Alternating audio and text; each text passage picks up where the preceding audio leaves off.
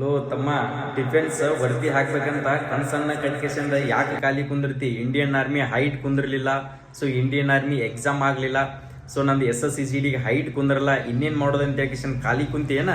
ಇಲ್ಲಿ ಡಿಫೆನ್ಸ್ ಒಳಗಡೆ Indian coast guard ICG ಅಂತ ಹೇಳ್ಕೇಶಂದ 630 ಹುದ್ದೆಗಳನ್ನ ಕಾಲ್ಫರ್ಮ್ ಅನ್ನ ಮಾಡಿದಾರ.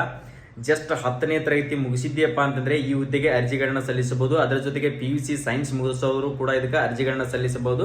ನೀನೇನಾದ್ರೂ ಡಿಪ್ಲೊಮಾ ಕೂಡ ಮುಗಿಸಿದ್ದೆ ಅಂದ್ರೆ ಈ ಹುದ್ದೆಗೆ ಅರ್ಜಿಗಳನ್ನ ಸಲ್ಲಿಸಬಹುದು. ಇದು ಆನ್ಲೈನ್ ಮುಖಾಂತರ ಅರ್ಜಿ ಈಗಾಗಲೇ 11/6/2025 ಆನ್ಲೈನ್ ಮುಖಾಂತರ ಅರ್ಜಿ ಕೂಡ ಸ್ಟಾರ್ಟ್ ಆಗಿದೆ.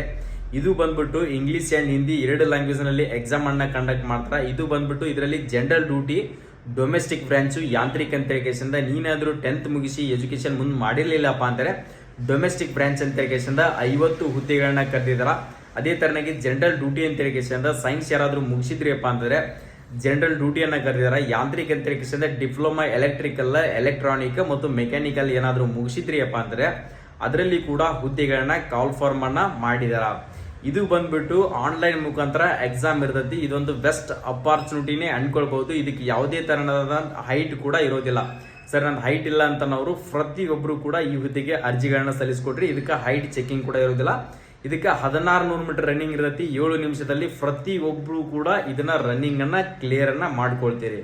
ಓಕೆ, ಇದು ಬಂದ್ಬಿಟ್ಟು ಪ್ರತಿಯೊಬ್ರು ಈಗಾಗಲೇ ಅರ್ಜಿ ಕೂಡ ಸ್ಟಾರ್ಟ್ ಆಗಿದೆ. ಯಾರಾದ್ರೂ ಹಾಕ್ಬೇಕಂತ ಅನ್ಕೊಂಡಿದ್ರೆ ಆನ್ಲೈನ್ ಸೆಂಟರ್ಗೆ ವಿಸಿಟ್ ಕೊಟ್ಟು ನಿಮ್ಮ SLC marks card, Aadhaar card, ಡೊಮೆನ್ಷಿಯಲ್ ಸರ್ಟಿಫಿಕೇಟ್, ಫೋಟೋ, ಸಿಗ್ನೇಚರು, ಸೊ ಇವೆಲ್ಲನೂ ಕೂಡ ತಗೊಂಡು ಹೋಗ್ಬಿಟ್ಟು ಆನ್ಲೈನ್ ಸೆಂಟರ್ಗೆ ನಾನು ಹೇಳಿರ್ತಕ್ಕಂಥ ಈ ವಿಡಿಯೋನ ಪ್ರತಿಯೊಬ್ಬರಿಗೆ ನೆಟ್ ಸೆಂಟರ್ಗೆ ಹೋಗಿ ತೋರಿಸಿದ್ರಪ್ಪ ಅಂತಂದ್ರೆ, ಸೊ ನಾನು PDF ಕೂಡ ಹಾಕಿರ್ತೀನಿ ನಿಮ್ಗೆ, ಅದನ್ನ ಹೋಗಿ ತೋರಿಸಿದ್ರಪ್ಪ ಅಂದ್ರೆ ಇದು ಏಜ್ ಬಂದ್ಬಿಟ್ಟು 18 ಏಜ್ ಇಂದ ಹಿಡಿದು 25 ಏಜ್ ಮಟನೂ ಹಾಕ್ಬೋದು. ಅದೇ ತರನಾಗಿ 2004 ಹಿಡಿದು 2008 ಒಳಗಡೆ ನೀವೇನಾದ್ರೂ ಜನಿಸಿದ್ರಿಯಪ್ಪ ಅಂತಂದ್ರೆ OBC ದವರಿಗೆ 3 ವರ್ಷ ಏಜ್ ರಿಲ್ಯಾಕ್ಸೇಷನ್ ಇರ್ತೈತಿ. SC ST ದವರಿಗೆ 5 ವರ್ಷ ಏಜ್ ರಿಲ್ಯಾಕ್ಸೇಷನ್ ಕೊಡ್ತೈತಿ. ಜಾಸ್ತಿ ಏಜ್ ಇರ್ತಕ್ಕಂಥವ್ರು ಕೂಡ ಇದಕ್ಕೆ ಅರ್ಜಿಗಳನ್ನ ಸಲ್ಲಿಸಬಹುದು. ಓಕೆ, ಎಲ್ಲರಿಗೂ ಕೂಡ ಆಲ್ ದಿ ಬೆಸ್ಟ್. ಏನೋ ಡೌಟ್ ಇತ್ತಪ್ಪ ಅಂದ್ರೆ ಸೊ ನಾನು ICGಗೆ ಅಪ್ಲಿಕೇಶನ್ ಹಾಕ್ತೀನಿ ಸರ್ ಅಂತ ಅವರು ICG ಅಂತ ಹೇಳಿ ಕಮೆಂಟ್ ಅನ್ನ ಮಾಡಿ.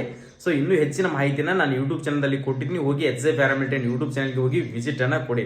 ಈ ವಿಡಿಯೋನ ಪ್ರತಿಯೊಬ್ಬ ನಿಮ್ಮ ಸ್ನೇಹಿತನಿಗೆ ಕೂಡ ಈ ವಿಡಿಯೋನ ತಲುಪುವ ಹಾಗೆ ಕರ್ನಾಟಕದ ಎಲ್ಲ ಜನತೆಗೆ ಈ ವಿಡಿಯೋನ ಶೇರ್ ಮಾಡಿಕೊಡ್ರಿ.